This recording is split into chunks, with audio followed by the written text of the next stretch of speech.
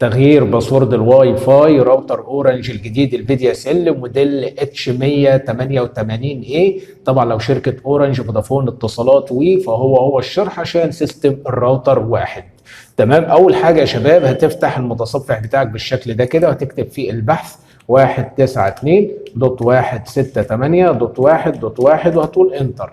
هيبدأ يفتح معاك صفحة الراوتر بالشكل ده. هنا بيطلب منك يوزر نيم وباسورد. اليوزر نيم والباسورد هتلاقيهم عندك في ظهر الراوتر، هنكتبهم ونرجع لكم تاني. بعد ما كتبنا اليوزر نيم والباسورد اللي في ظهر الراوتر هنقول لوج ان. بعد كده يا شباب هنختار حاجة اسمها لوكال نتورك. بعد كده هنختار حاجة اسمها دبليو لان. بعد كده يا شباب هنضغط على حاجه اسمها دبليو لان اس اس اي دي كونفجريشن، هنضغط عليها تبدا تظهر معايا بالشكل ده كده. طبعا انا مفعل شبكتين، شبكه اس اس اي دي 2 واس اس اي دي 3. هنيجي عند شبكه اس اس اي دي 3 مثلا وهنبدا نضغط عليها. هنا طبعا اسم الشبكه اس اس اي دي نيم، هنا مكتوب اسم الشبكه احمد، انا ممكن اخليها عمرو. تمام. خليت كده اسم الشبكه اس اس اي دي نيم، اسم الشبكه الاول كان موجود اسم احمد، دلوقتي بقى اسم الشبكه بتاعتي عمرو، غيرت الاسم من احمد الى اسم عمرو. تمام. بعد كده يا شباب هنا جايب لك اس اس اي دي هايد. ايه هي اس اس اي دي هايد؟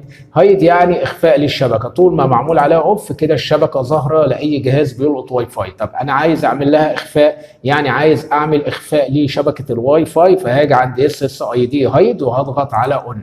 كده انا عملت اخفاء لشبكه الواي فاي. بعد كده هبدا اختار الحمايه، هجيب اخر حمايه. بعد كده هاجي عند الباسورد هبدا اكتب مثلا كمثال لاي باسورد كده. انا مش عارف انا كتبت الباسورد ايه، رقم زياده رقم ناقص، فعايز ااكد اشوف انا كتبت ايه عشان ما احفظش البيانات وما اعرفش ادخل على الشبكه. هاجي عند المربع ده شوف باسورد وهضغط عليه كده خلى الباسورد ظهر معايا. تمام. فانا بالتالي بقى هبدا اكتب باسورد تاني مختلف، مثلا كمثال يعني ممكن اخليه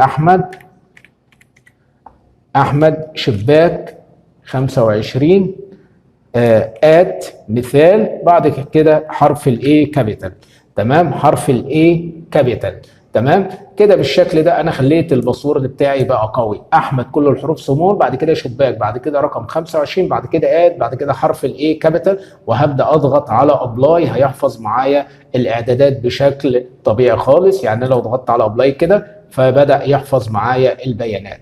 كده انا غيرت اسم شبكه الواي فاي وعملت اخفاء لشبكه الواي فاي واخترت حمايه وغيرت باسورد الواي فاي. اتمنى اكون افدتكم في الشرح. لو عجبك الشرح لا تنسى الاشتراك في القناه وتفعل زر الجرس على الكل، واشوفك في فيديو جديد. سلام عليكم.